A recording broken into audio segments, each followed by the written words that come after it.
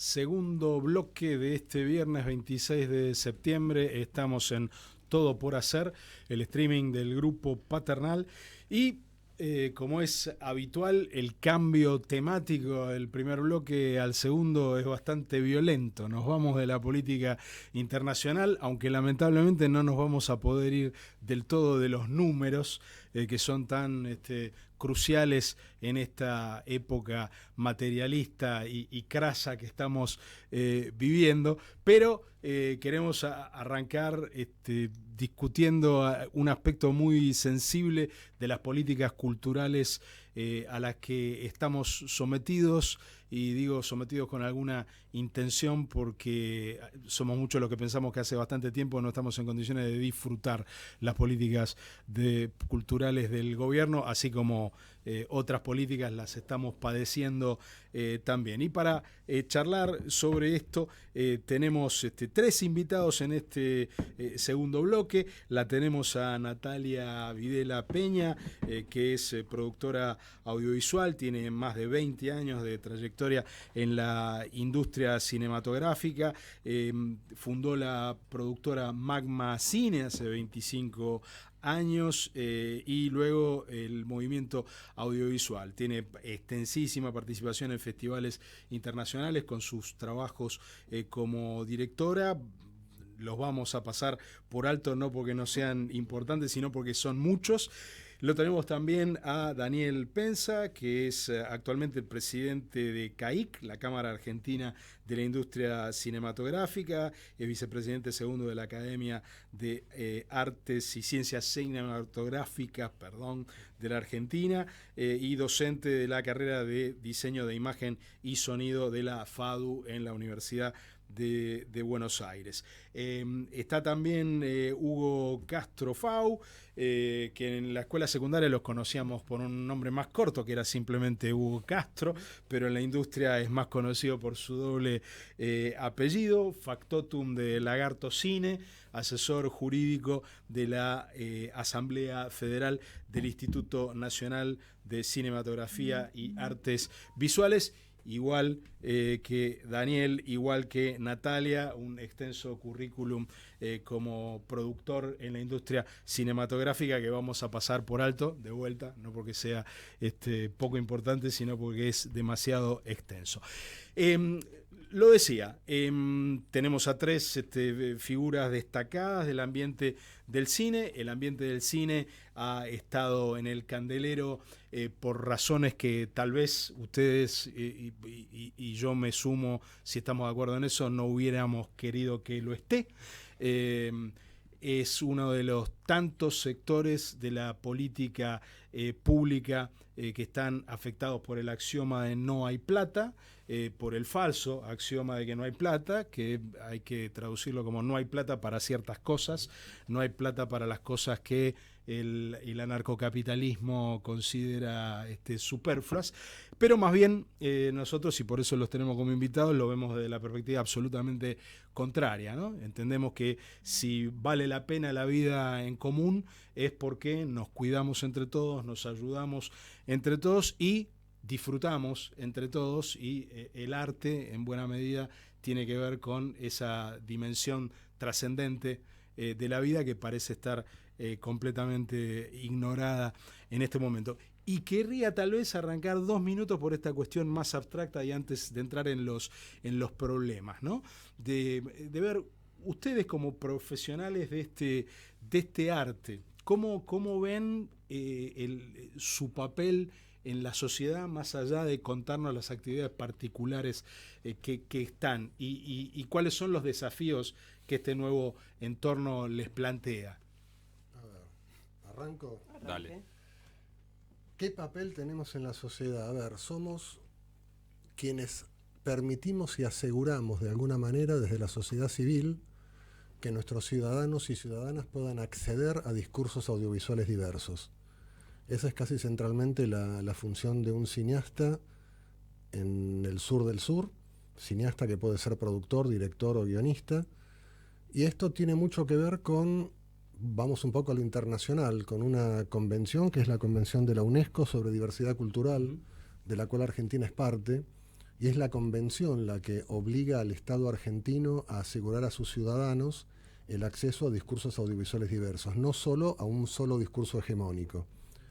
A partir de ahí, lo que claramente surge de la legislación argentina es que los subsidios, los premios, los créditos que el Estado argentino lleva adelante como política activa de fomento en base a la ley de cine relacionada con la convención que mencioné recién, son premios, subsidios y créditos que están para que los ciudadanos accedan a discursos audiovisuales diversos. Hay un discurso hegemónico conservador que dice: ustedes tienen subsidios o premios porque no saben hacer cine. Y en realidad existen subsidios, premios y créditos por parte del Estado Nacional porque en el mercado audiovisual del sur, primero, es un mercado chico en donde es casi imposible recuperar inversión privada contra explotación de mercado. Y en segundo lugar, la cancha no es que esté un poquito inclinada, está absolutamente inclinada. Yo invito a cualquiera de los que nos están escuchando que se meta en la página de alguno de los diarios, Clarín, Nación, Página, y se fije qué oferta audiovisual cinematográfica existe, y se van a dar cuenta que más del 85% de las posibles películas que uno puede ver no han sido producidas en Argentina. Esto se suma a un segundo problema, que es el dumping inverso. Nuestras películas tienen, en términos generales, si no hay explosiones, dinosaurios y cosas por el estilo, un costo promedio que tal vez ronde el $1.000.000. Los productos que se importan a la Argentina del exterior de la cinematografía hegemónica tienden a costar entre 80 millones, 90 millones o 150 millones de dólares. ¿Vos alguna vez fuiste a un supermercado en donde un producto que sale 150 millones de dólares se venda al mismo precio que uno que sale $1 millón? Bueno, ese es el problema central que tiene nuestra cinematografía. La góndola del supermercado de cine está cooptada en más de un 90%, no solo en Argentina, en la mayor parte de los países del sur e incluso en los europeos, por una sola cinematografía hegemónica que baja un solo discurso hegemónico y una forma de ver cine y relato cinematográfico de una manera. La pregunta entonces es: ¿por qué desde el gobierno de Milei se reduce en forma astronómica las políticas activas de fomento y de regulación de mercado para la producción cinematográfica en Argentina? Y hay una respuesta simple. Para el tipo de política que tiene este gobierno, conviene más que el conjunto de la población sepa más qué es lo que ocurre en la unidad de víctimas especiales de New York, o que sepa cómo un químico prepara anfetaminas en el desierto de Arizona, a saber qué pasa de Nuevo México, a saber qué pasa en la comisaría de La Matanza, una película que te permita pensar a vos mismo y al conjunto de las personas con las que convivís en sociedad, qué le pasa a esa sociedad. A mí me da la impresión de que a todo esto que dice Hugo hay que sumarle una cosa. Tenemos un presidente que no logra conectar con la idea de disfrute personal, de disfrute estético. ¿Qué desafío les plantea a ustedes como artistas de este arte en particular? Yo puedo, Nati, ¿o querés? Adelante. Dale.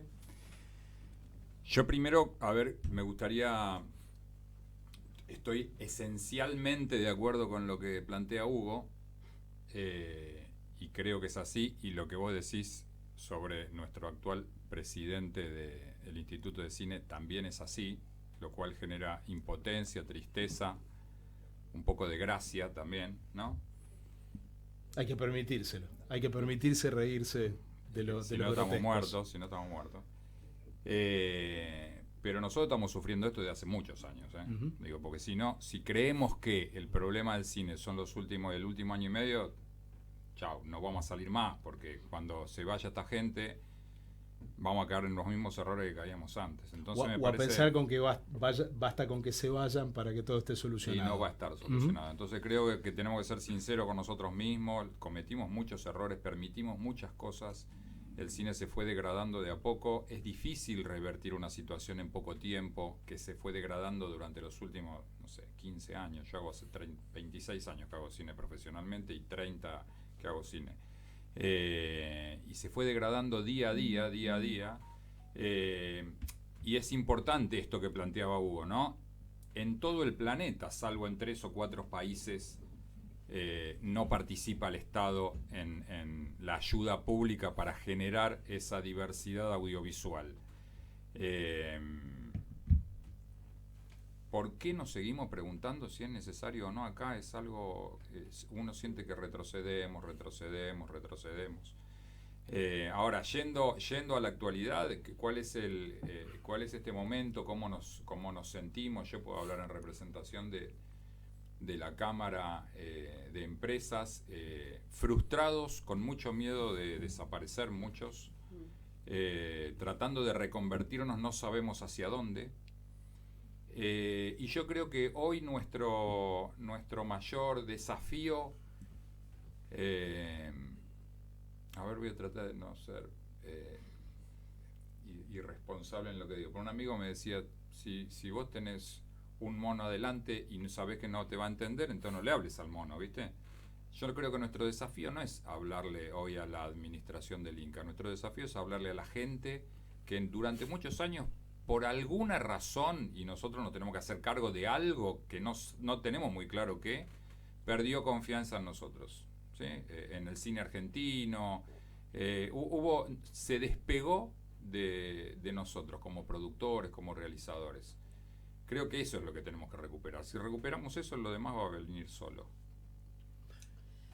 ¿Puedo? Pero claro que sí. No, varias cosas. Además de lo que dijo Hugo, con lo que no podría estar más de acuerdo, creo que también nosotros tenemos que pensar el cine no solo desde su factor cultural, que no deja de ser importante, porque cuando uno mira el pasado, su historia se referencia mucho en la cultura escrita desde ya y en la visual, también la audiovisual. Entonces uno reconoce su pasado y va a buscar referencia en el audiovisual. Si hay una sola voz y un solo discurso, hay un solo pasado. Y no hay una sola historia, hay múltiples historias, y mientras más relatos tengamos a disposición, más vamos a construir nuestro acervo cultural. O sea que lo que dice Hugo es importantísimo. Pero no solo eso, el cine no es solo cultura, recreación, placer, arte, que no es poco importante. También es una industria, también es economía, y también puede aportar un montón a la industria argentina. Eso es lo que nosotros creo que no hemos sabido explicar lo suficientemente bien. Y en relación a lo que dice Dani, si bien nosotros venimos de un pasado no perfecto, fue un pasado que con sus múltiples errores lo que trató fue de maximizar la producción cinematográfica, entendiéndolo como política de Estado.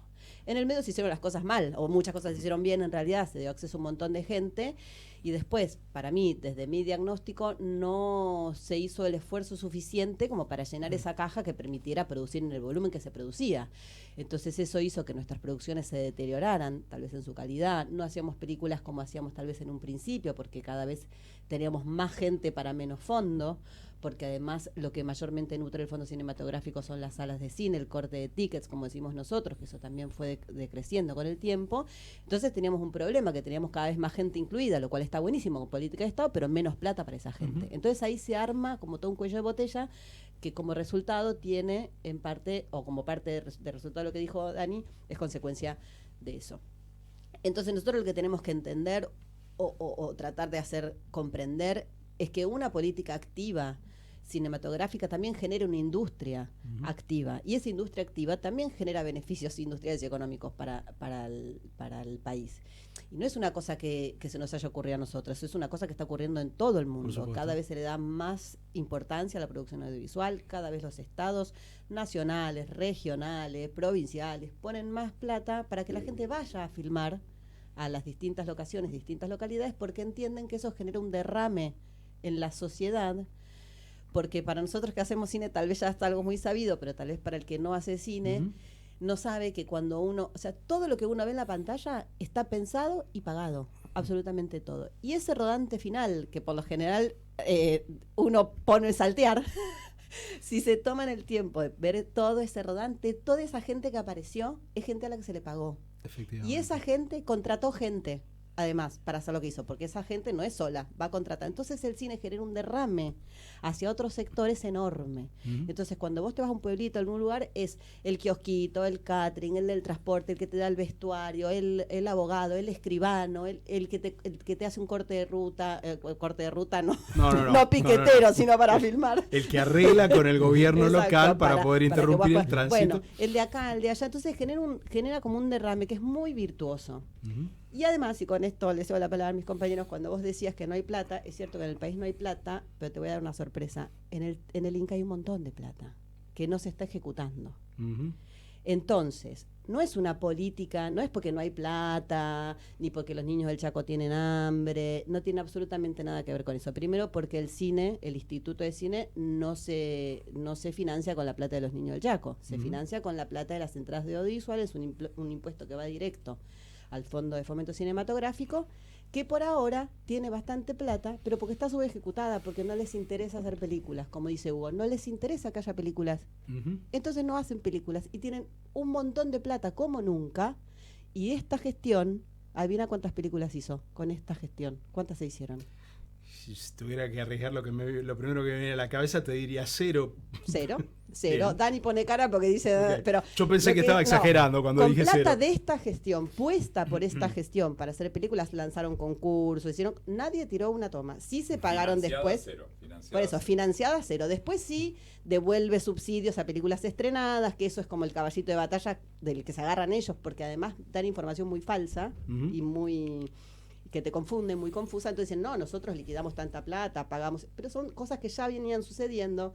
Hacer películas lleva muchísimo tiempo, entonces cuando vos llegás a cobrar del instituto es porque ya antes te financiaron, y para recuperar eso pasa mucho tiempo. Pero con plata de esta gestión, que esta gestión haya puesto un peso para hacer películas, 0 películas, 0. Así estamos.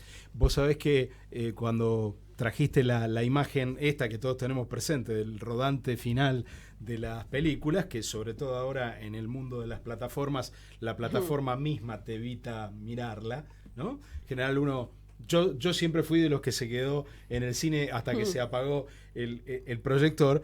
Porque sos una persona que respeta los derechos autorales. Sí, en realidad porque creo que hay como una experiencia completa que efectivamente yo siempre he sido muy consciente de las personas detrás de las películas. Me interesa siempre mucho saber dónde fueron las locaciones. O sea, hay un montón de información en el rodante que para mí, me imagino que para tantísimos cinéfilos no súper especializados, simplemente cinéfilos silvestres, hay una cosa interesante ahí. Y lo que me sucede muy frecuentemente, por supuesto que yo no elijo la película en función de si tiene el financiamiento del gobierno de Quebec, el gobierno de Querétaro o el gobierno de la provincia de Córdoba, pero casi como una coincidencia, las películas que me gustan, en general, al final de los títulos, tiene 5, 6 y hasta 7 financiadores estatales de niveles nacionales, provinciales, de distintos países, de organizaciones internacionales, y eso es una cosa que para mí hace que sea tan inaceptable y contraintuitiva y de otra época la política del gobierno, ¿no? Yo una cosa que me gustaría meter acá un bocadillo, y ustedes me van a tener que tolerar acá el atrevimiento, muchos de los sectores damnificados por la política del gobierno tratan de defenderse de la política del gobierno a veces en los mismos términos que el gobierno le plantea a los temas. Y por supuesto que el argumento de que el cine se paga solo porque hay un impuesto específico es un argumento válido, pero al mismo tiempo me parece que el cine, el Garrahan, la discapacidad, se tienen que correr de ese lugar de decir nosotros nos pagamos solos, porque este gobierno lo que está tratando de hacer es que se pierda el valor de la idea de erario público. El erario público es un gran balde al que contribuimos todos, donde nosotros no le estamos pagando el sueldo a nadie, sino que nosotros estamos contribuyendo individualmente a una instancia colectiva que desde el punto de vista presupuestario es el erario, y de ahí se pagan un montón de actividades. Y la verdad es que como ciudadanos lo que nos debería preocupar es que el dinero se gaste bien y que cubra todas aquellas actividades que nosotros consideramos que son de valor social, sin que nos debiera importar si es peso por peso contra una entrada de cine. Entonces, efectivamente, sí, desde ya que el argumento que vos planteaste es muy válido, pero se me ocurre que en esta conversación que tenemos que hacer fluir para sacar de esta situación de aislamiento y de luchas particulares en que nos quiere poner el gobierno, parece que tenemos que hacer como este esfuerzo de decir, basta a esta idea de que yo te pago el sueldo, porque la idea de que es peso por peso es muy hermana o prima de la idea de insultar a un empleado público porque yo te estoy pagando el sueldo. No es así. Tu sueldo lo paga el erario público, y en el momento que Hugo, Natalia, Daniel contribuimos con un impuesto al erario, nosotros dejamos de pagarle a nadie. Es el erario, es nuestra representación colectiva, que es una cosa distinta y probablemente superior a lo que somos cada uno de nosotros. Pero perdón por la digresión. ¿Viste esta perspectiva y esta entrada a los problemas que fueron planteando cada uno de ustedes desde el planteo general de por qué necesitamos una actividad de unas características específicas y por qué hay que valorar la diversidad cultural, pasando a los problemas de arrastre que ya estaban y se han agudizado? ¿En qué momento consideran ustedes que estamos? ¿Evolucionó la política del gobierno de alguna manera? ¿Se logró hacerlo retroceder en algún punto? ¿O es un partido que todavía está en los 15 primeros minutos y los buenos vamos 3-0? En contra. Sí. 3-0 en contra. Sí. 3-0 en Más o contra. menos. Gracias por la Jugando aclaración. en Brasil. Varios puntos. A ver, hablando ya más un poco no solo del cine, sino del cine como parte del sector audiovisual. Vos bien... A ver, no es casual que permanentemente planteemos, porque es el contradiscurso de la derecha, ustedes le sacan la plata a los jubilados. Por no sé supuesto. por qué siempre decimos niños del Chaco. Porque alguien lo instaló, pero por eso digo alguien- porque alguien lo instala. Alguien muy de derecha instaló ese relato. Claro. Pero digo, como si a la derecha les importaran los niños del Chaco Exacto, aparte. boludo, exacto. Pero digo, toda la plata que conforma el Fondo Nacional de Fomento Cinematográfico está compuesta por un gravamen del 10% al alquiler o compra de videogramas grabados, y ahí comparto lo que dijo Daniel. Videogramas grabados había en los DVDs y en los Blu-rays, ¿te acordás cuando íbamos a los cineclubs? Sí, Y alquilábamos o comprábamos. Cada vez que vos comprabas como consumidor o alquilabas uno de esos, el 10% de eso iba al Inca. Ujú. Vinieron las plataformas. Ujú. Casi todas, en un 99%, no son argentinas. Ujú. Son empresas multinacionales. Tardamos fácilmente 3 años en lograr un dictamen de AFIP que diga que las plataformas también alquilan o venden videogramas grabados. ¿Vos te enteraste que esta gestión les esté cobrando el gravamen?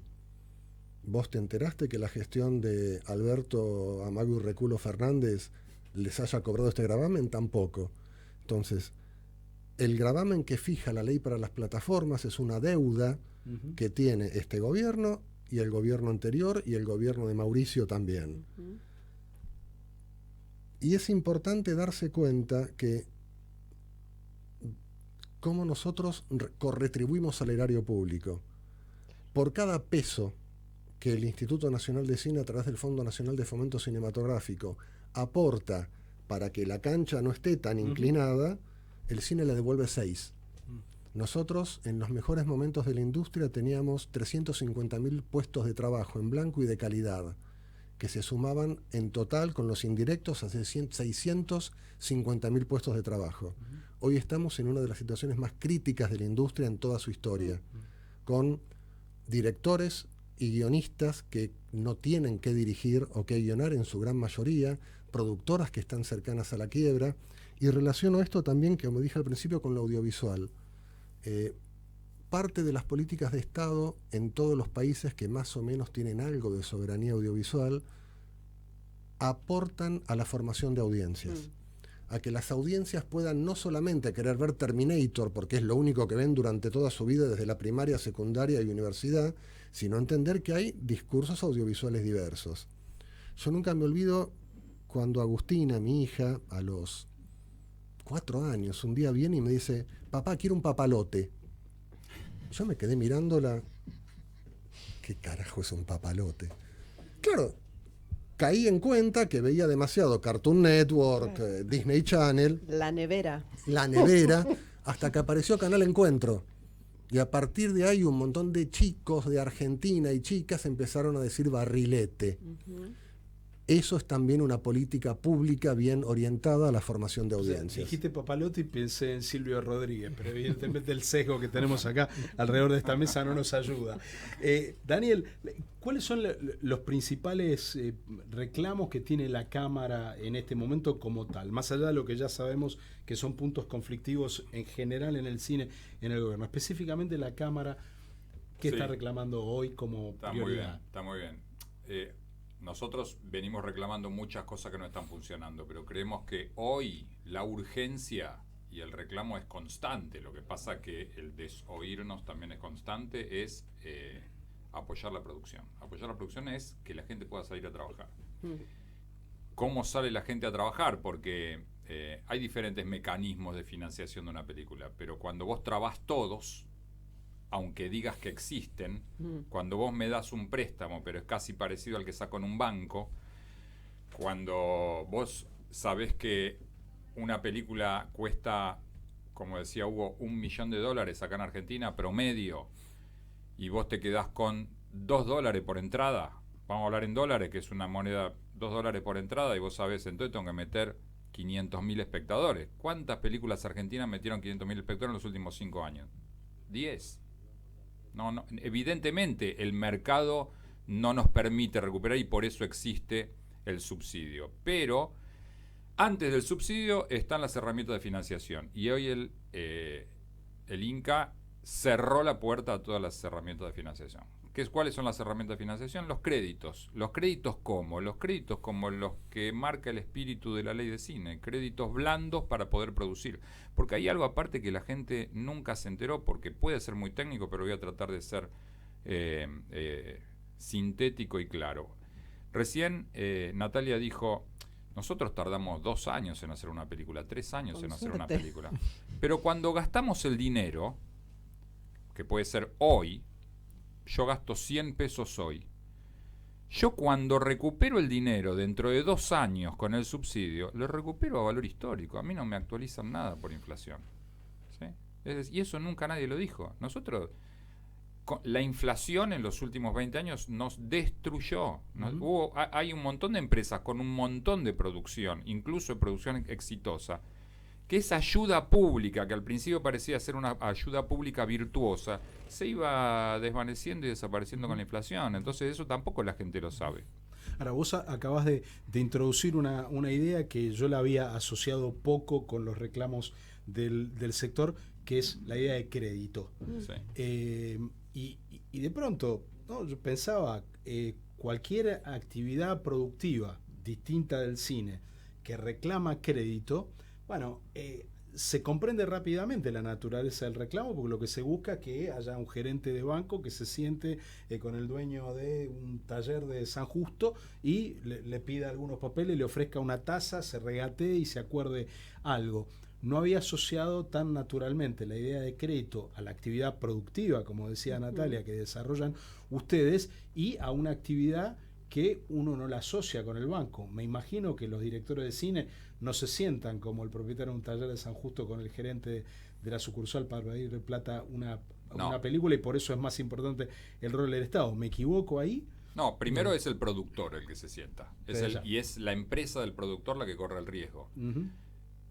La cuestión es que por los tiempos que tiene nuestra actividad, no es una actividad que no puede soportar una tasa de mercado. Entonces ahí está el rol del Instituto de Cine con el espíritu de la ley de si vas a fomentar la actividad, me tenés que facilitar el acceso a ese crédito.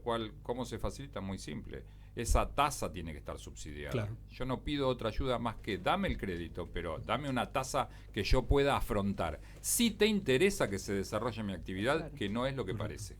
Que ese, la verdad, es un argumento que me gustaría escucharlo más seguido, porque un Bueno. gobierno que pone todo el tiempo los términos, la cosa en términos de relaciones entre usuarios y clientes, me parece la idea de que no hay un banco al que pueda ir un productor o la empresa de un productor cinematográfico a pedir crédito del mismo modo que va una pyme o una empresa grande, y que por eso hace falta el Inca. Me parece que es una idea que yo ya me estoy yendo ahí con una idea nueva, pero me parece que es algo sobre lo que insistir discursivamente, ¿no? Te lo planteo, un segundito, te lo planteo al revés. A ver, es la propia ley de cine vigente la que establece que tiene que haber créditos a la producción, primer punto. Desde ya. Segundo punto, si no hay créditos a la producción, ¿quién produce? Uh-huh. Los chicos ricos tristes, Uh-huh. con una abuela millonaria, Uh-huh. o 2 o 3 empresas que tienen posición oligopólica de mercado. Uh-huh.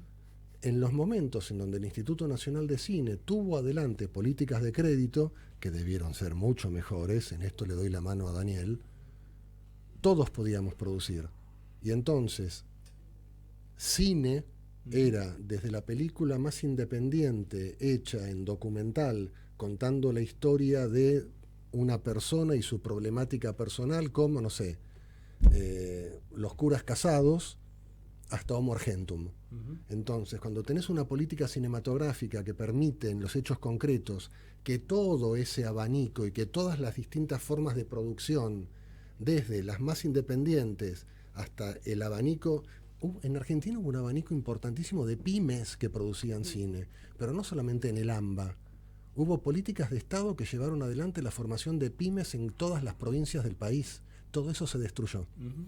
Y eso se destruyó. Hoy se sigue destruyendo de 3 modos. Primero, no hay créditos, con lo cual producen 3. Y usualmente 3, que no digo que esté mal, 3 que están asociados a empresas multinacionales. Uh-huh. Eso también es cine, pero no es el único cine posible. Uh-huh. Y después tenemos un problema en el Inca.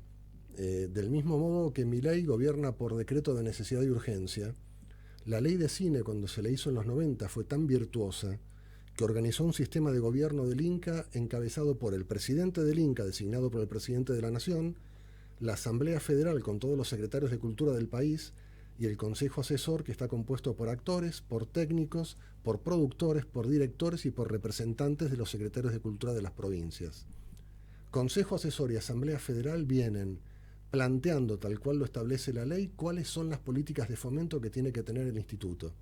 El presidente del instituto no las cumple, pese a que muchos asambleístas le dicen, mire, está al borde del incumplimiento de los deberes de funcionario público.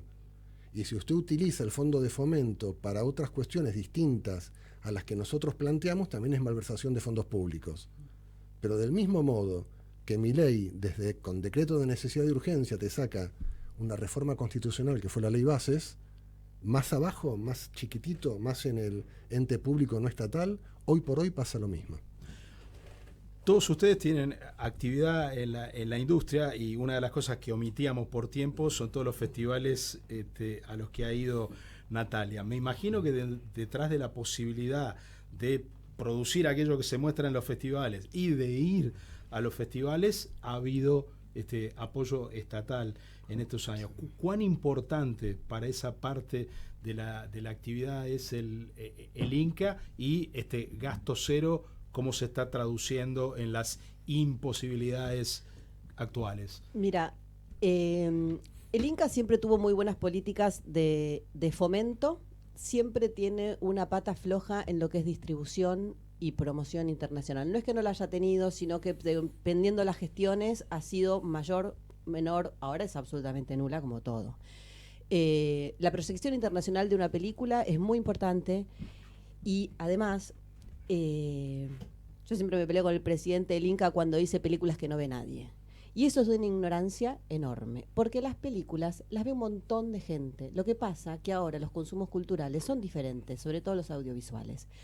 Entonces, que no vayan las masas a ver una película al cine no significa que esa película no tenga un recorrido posterior enorme, sobre todo en festivales, en distintas plataformas. Entonces, lo que hace un festival, lo mismo que una coproducción, que son muy importantes, que también son medidas de gobierno, de estados, que cada vez se alientan más, internacionaliza tu producto, internacionaliza tu película. Entonces, no solo expande tu cultura, sino da la posibilidad de abrir mercados.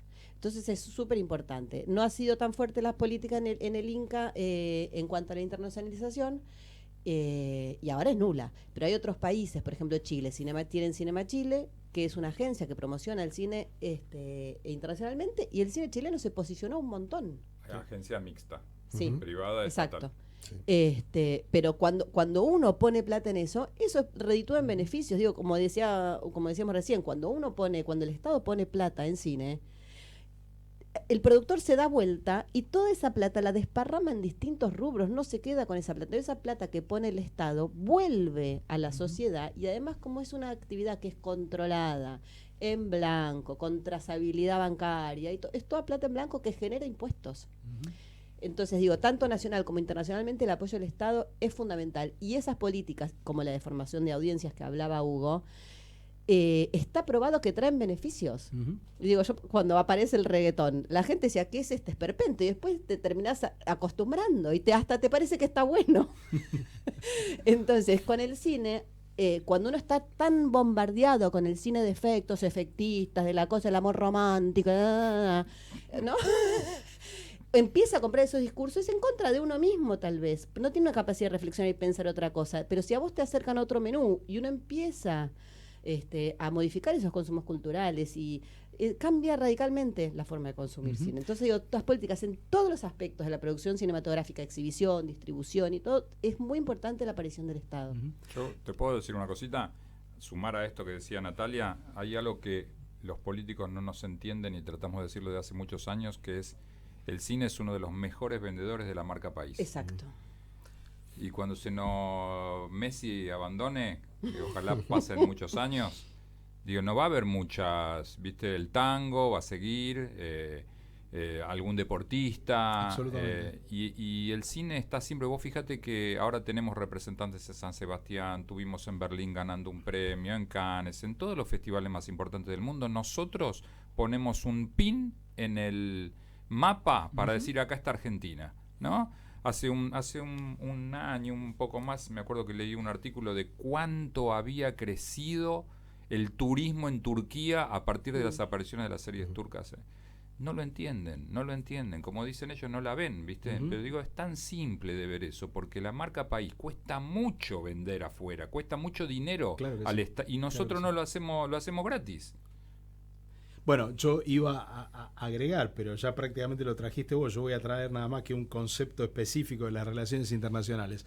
Cuando vos introdujiste, Natalia, la idea de que la actividad cinematográfica es una industria, yo inmediatamente lo que te quería agregar es que la actividad cinematográfica también construye lo que en relaciones internacionales se conoce como el soft power de un país, que está relacionado con la marca país de la que hablaba Daniel. La cosa sombría que tendría que para agregar al respecto es que a un gobierno que está tan poco interesado en la proyección de poder argentino en la escena internacional y que prefiere mimetizarse con otros países, bueno, lamentablemente ahí seguro que está funcionando un círculo vicioso, ¿no? Donde no hay plata, permite hacer estos discursos y negar, no ejecutar, no financiar, etcétera, va de la mano también con la idea de que ¿quién necesita marca país? ¿No? Como se dice el dicho que repetimos siempre en redes sociales, a donde vamos no necesitamos marca país. Pero efectivamente la Argentina, cuando quiere abrir un nuevo mercado de carne con hueso, seguramente llegó precedida por la imagen de Lolita Torres en la Unión Soviética, por las telenovelas de Natalia Oreiro en Europa del Este. Ese es un caso espectacular. Efectivamente. Gente que empieza a estudiar castellano por las películas, por la serie de Natalia Oreiro, gente que le escribía en castellano. Imagínate si no hay penetración cultural en la exportación del audiovisual. Sí. No, pero poder blando me parece que hay que agregarlo también a eso, ¿no? El valor agregado de esta actividad es que es una industria y también provee poder blando a la Argentina, ¿no? Y después otro punto que no mencioné al principio, somos una industria que le resuelve al país la restricción externa. Por lo general, nuestras productoras pymes permanentemente hacemos coproducciones internacionales con Uruguay, con Chile, con Brasil, con México, con España, con Francia, con Portugal, con Italia. Y cuando hacemos una coproducción internacional, digamos, en esos países pasa lo mismo, los productores de italianos, franceses o españoles, parte es inversión propia y parte es inversión estatal española, francesa o italiana. Lo valioso que tiene nuestra ley de cine es que cuando nosotros desde Argentina hacemos coproducciones, traemos inversión extranjera directa, resolviendo la restricción externa. Y eso también, eso desde lo económico, porque somos una industria. Ayudando a resolver. Ayudando a resolver. Soy de Buenos Aires. Hablando de esto, yo hice la primaria con Daniel en una escuela pública. Hice el secundario en el Buenos Aires con vos. Los dos somos del Buenos Aires.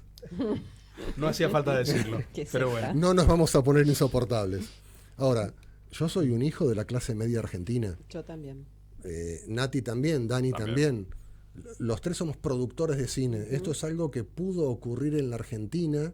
Nosotros tres somos productores porque hay una ley de cine. 100%. Si vos vas a Centroamérica, no hay hijos de clase media que produzcan cine. Hijos de trabajadores, olvídate. En la Argentina sí pasa eso. Y eso ha pasado históricamente, que hijos de hogares de trabajadores o de clase media pudieran producir cine porque el Estado argentino se hizo cargo de políticas activas de fomento y de regulación de mercado. Bueno, lamentablemente tenemos que ir cerrando, pero la verdad me parece que estamos cerrando con una nota muy buena, que es esta, ¿no? La pelea que hay que dar contra las políticas de este gobierno en materia de cultura y en materia específica de la actividad cinematográfica tienen también que ver con defender este capital, ¿no? Un país que se puede permitir que los hijos de la clase media y de vez en cuando algún hijo de trabajador sean productores de cine. Esas son condiciones que las hemos creado colectivamente y que las tenemos que seguir defendiendo. Sí, y yo diría repensar todos los discursos que hay en torno al cine, ¿no? Repensarlos y como tal vez estar un poco más atentos a lo que se dice, porque hay esto de los chicos del Chaco, de le damos plata a 3 nenes para que hagan su película. No tiene absolutamente nada que ver con eso. Y eso tal vez nosotros tenemos que explicarlo más masivamente para que podamos empezar a repensar qué implica la producción cinematográfica o audiovisual para un país. Gracias por habernos acompañado, Natalia Videla Peña, Daniel Pensa, Hugo Castrofau, en este Todo por Hacer, el streaming del Grupo Paternal del viernes 26 de septiembre de 2025. Hasta la semana que viene.